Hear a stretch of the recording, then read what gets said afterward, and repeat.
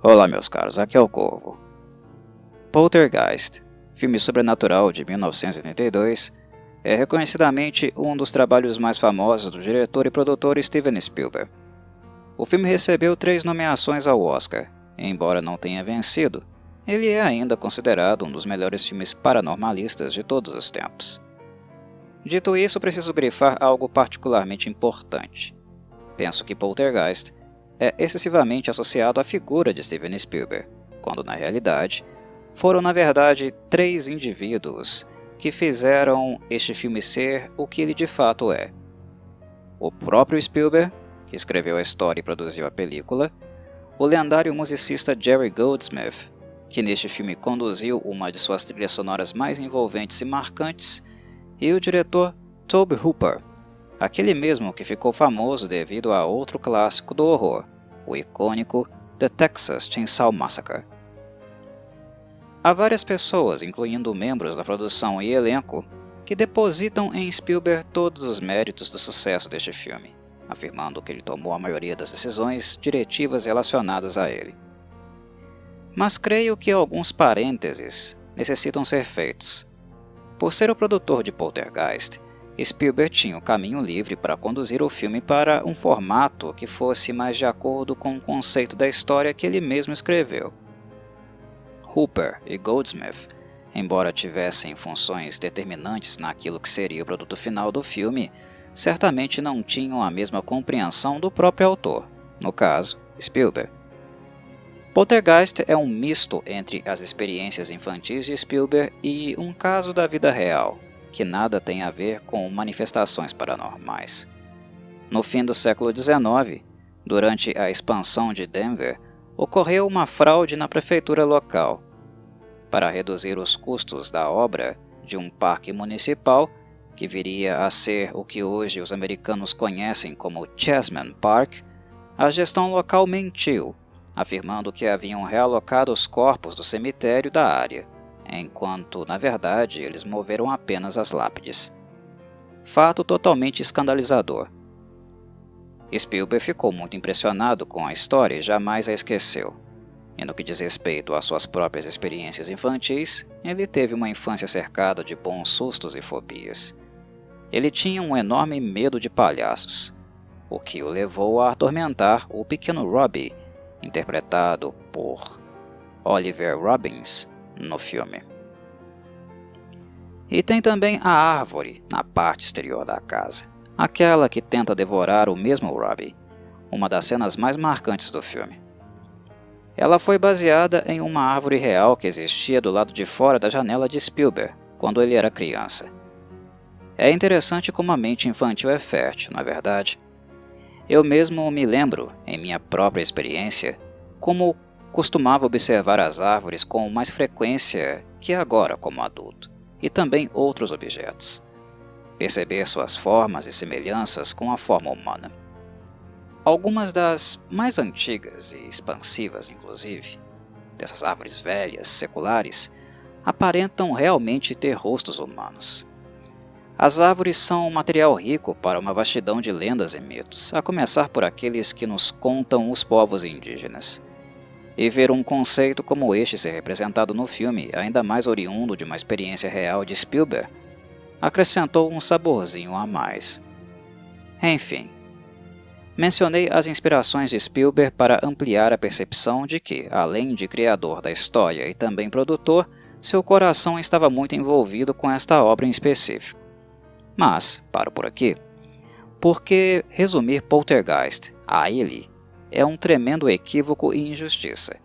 Tirar o mérito de Hooper e Goldsmith é algo que, diferente da maioria dos analistas, eu me nego a fazer. E o motivo é simples. Embora a presença física e espiritual de Spielberg neste filme seja colossal, é inegável notar a influência dos estilos de Hooper e Goldsmith aqui também. Conhecendo de perto a obra de ambos, assisti a vários de seus trabalhos, assim como os de Spielberg, para mim é muito evidente onde e como eles colocam o dedo em Poltergeist, deixando também suas respectivas assinaturas.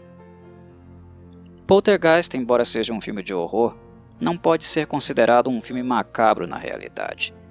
ele está mais para uma fantasia espiritualista. Dito isso, há alguns momentos nele que são, inquestionavelmente, medonhos. São realmente poucos, que podemos contar nos dedos. No restante da obra, é mantido um clima ameno e familiar, focado na união dos Freeling na busca e salvação de Carol Anne, interpretada pela pequena e fofíssima Heather O'Rourke. Joe F. Williams, que interpreta Diane, e Craig T. Nelson, que interpreta Steven, os pais das crianças, fazem um trabalho envolvente e muito bonito. JoBeth, em especial, está muito envolvida, tanto que as crianças parecem ser realmente seus filhos. E bem, Poltergeist, no fundo, é sobre isso, não é verdade? É principalmente sobre uma mãe disposta a fazer tudo, até mesmo ir ao além para salvar a vida dos seus. Mas se engana quem pensa que com Tobe Hooper, na direção deste filme, ele não teria algumas cenas muito macabras, e é justamente nelas que eu consigo perceber, de forma límpida e transparente, onde está a assinatura dele. A visão do horror, no que diz respeito à estética utilizada, é integralmente de Hooper neste filme. Steven Spielberg não tinha esse estilo e sequer muita experiência no campo da representação dos mortos. E para quem conhece The Texas Chainsaw Massacre, se torna muito óbvia a participação de Hooper nos momentos mais caóticos do filme. No formato esquelético da besta que sequestrou Carol Anne, na ascensão dos mortos, seja na piscina de corpos onde JoBeth é obrigada a cair, seja nos caixões que emergem da terra. Tudo ali é Tobe Hooper, meus caros. Esteticamente falando, os cadáveres e suas formas são exatamente moldados segundo a visão estética dele. Por sinal, foi para isso que Steven Spielberg decidiu contratar Hooper, para início de conversa. Ele ficou impressionado com o que viu em The Texas Chainsaw Massacre e desejava trabalhar com um homem que fez aquelas coisas medonhas no seu próprio filme. Spielberg inicialmente se aproximou de Hooper com a intenção de colocá-lo na direção de outro filme famoso de sua autoria, que é o E.T., The Extraterrestrial, também de 1982. Hooper, porém, não estava interessado em dirigir um filme infantil, e, obrigado a realocar funções, Spielberg acabou indo dirigir E.T., enquanto Hooper ficou com a direção de Poltergeist. O ano de 1982 foi um dos mais ocupados da carreira de Spielberg. A logística deve ter sido surreal. Ele estava trabalhando em 2 projetos ambiciosos ao mesmo tempo, com 2 bebês queridos e sem conseguir abrir mão de qualquer um deles.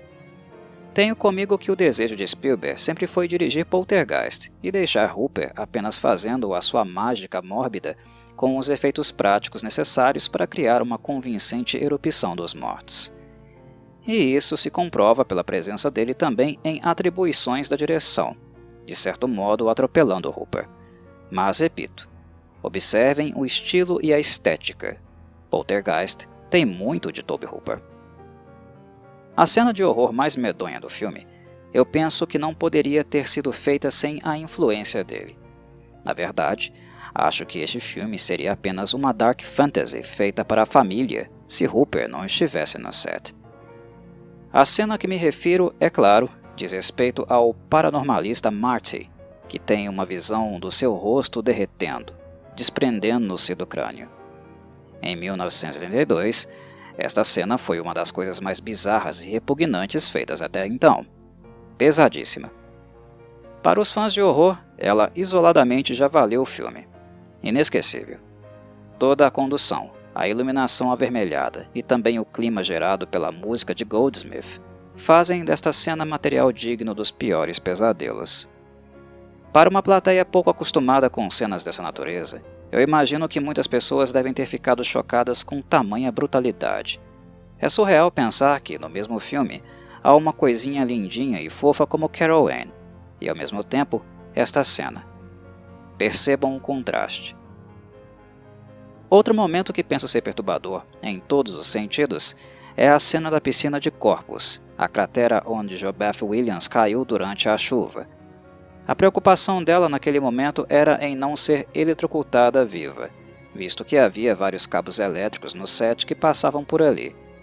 No entanto, mal sabia ela que ela estava nadando dentro daquela poça de lama com ossadas reais. E eu não estou brincando. Pela fama enorme de Poltergeist, aquilo que ele atingiu, pelo fato de ser uma produção realmente ótima, assim como o seu elenco, ele acaba nos passando a falsa sensação de ser um filme caro. Mas ele não foi, muito pelo contrário. Ele custou pouco mais de 10 milhões de dólares para ser feito, o que parece muito para um filme de horror, mas não quando levamos todos os efeitos especiais utilizados em consideração.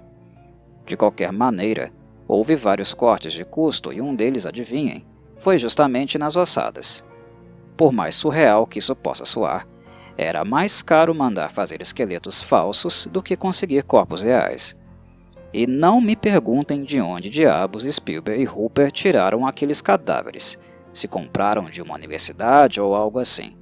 Não faço a menor ideia. JoBeth, por sinal, também não fazia. Eles não contaram a ela que ela tomaria um banho na companhia de ossos humanos reais. Ela só ficou sabendo depois do término da produção. Quando paro para pensar sobre isso, é impossível não enxergar o caráter doentio em tudo. É tenebroso. Medo de Spielberg e Hooper, só digo isso. Mas, antes de encerrar o papo, que já está ficando um pouco longo, deixe-me falar um pouco sobre o terceiro cavaleiro do Poltergeist, o sempre maravilhoso Jerry Goldsmith. Como já devem saber em virtude do podcast que fiz para o filme The Omen, A Profecia, sou profundo admirador de Goldsmith como músico. Não importa o que ele esteja escrevendo ou o clima da obra em questão, ele sempre dá um jeito de surgir com uma trilha sonora suntuosa. A maior prova disso reside justamente em Poltergeist. Diferente de The Omen, que continha uma música sacra, nefasta e demoníaca, a música de Poltergeist é gentil, doce no formato de lullaby, música de ninar, pelo menos no tema central. Mas, de certo modo, ela não deixa de sempre ambientar mais no fantástico do que no horror, digamos. O objetivo de Goldsmith foi claro para mim. Ele queria fascinar, hipnotizar, atrair os espectadores ao invés de repeli-los. E funciona. O trabalho é impecável. Poltergeist é um filme longo, de quase 2 horas de duração. E a condução musical de Goldsmith nas cenas é tão sensacional que você fica fascinado, colado nelas e mal vê o tempo passar. Curiosamente, o musicista foi muito criticado pelo estilo que utilizou. Poltergeist não foi uma experiência que deixou muitas boas lembranças para ele, visto que a maioria das pessoas foi incapaz de reconhecer, e eu diria até mesmo compreender, o que Jerry Goldsmith fez com a música deste filme. Muitos analistas o criticam duramente, afirmando que ela tinha uma estética típica dos filmes da Disney e por isso não era adequada para um filme de horror. Se me permitem a opinião sincera, afinal é para isso que serve o Cine Corvo, penso que tal argumentação foi feita por críticos que simplesmente não entenderam a música.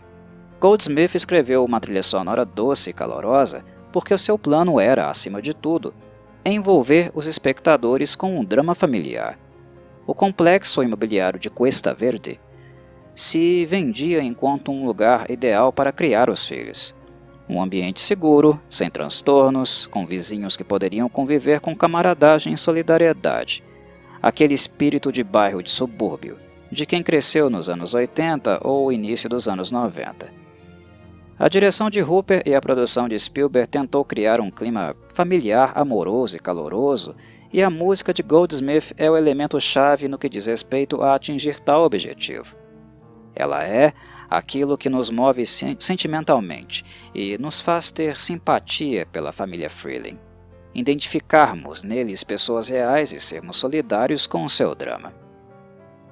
Tradicionalmente, é fato que Spielberg, durante toda a sua carreira, sempre preferiu trabalhar com outro musicista fantástico, que é o John Williams. Mas ele já estava trabalhando com ele no filme E.T., e seria impossível escrever 2 trilhas sonoras ao mesmo tempo. Felizmente, eu não consigo imaginar como seria Poltergeist com a música do John Williams. Certamente teria sido algo muito diferente, alterando completamente o humor criado por Goldsmith.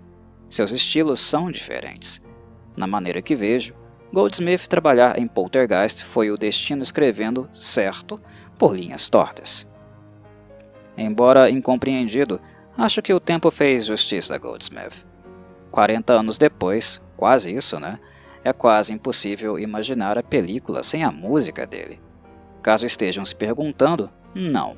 Eu não gosto de nenhuma sequência de Poltergeist, e uma das poucas coisas que gostei no segundo filme foi justamente a música dele. Ele retornou para trabalhar nele também. Já o terceiro filme, não tem Goldsmith. Sequer tem isso. No que diz respeito ao remake de Poltergeist, a música de Goldsmith é uma das coisas que mais senti falta, honestamente. O filme soa oco sem ela. E com todo respeito, Poltergeist também não é um filme para o tipo de produção feita pelo Sanheim. Está longe de estar entre seus melhores trabalhos, e continuo achando que entre os vários remakes desinteressantes e completamente desnecessários que tivemos nestes 20 anos do novo século, o remake de Poltergeist foi um dos mais inúteis de todos eles. Eu poderia ficar horas e horas aqui falando do filme original, inclusive sobre as lendas, rumores e acontecimentos estranhos relativos à franquia como um todo. Mas eu não pretendo fazer isso aqui, pois meu enfoque é exclusivamente no primeiro filme. Sobre as bizarrices e eventos estranhos que povoaram a mente do público por décadas, muita coisa foi forçação de barra, convenhamos. A vida é incerta, meus caros. Não temos nenhum controle real sobre ela. O que aconteceu com a Heather, que faleceu precocemente aos 12 anos, é algo que estamos todos sujeitos. É triste e trágico, mas é parte do existir. De qualquer maneira, o falecimento dela e de outros membros da franquia pouco tem a ver com o filme original. No que diz respeito exclusivamente a ele, JoBeth Williams conta que os quadros da casa dela ficavam tortos sempre quando ela ia trabalhar no set de filmagens, e quando retornava para casa, ela tinha que colocá-los no lugar. Se acreditam nela ou não, aí é por conta de vocês.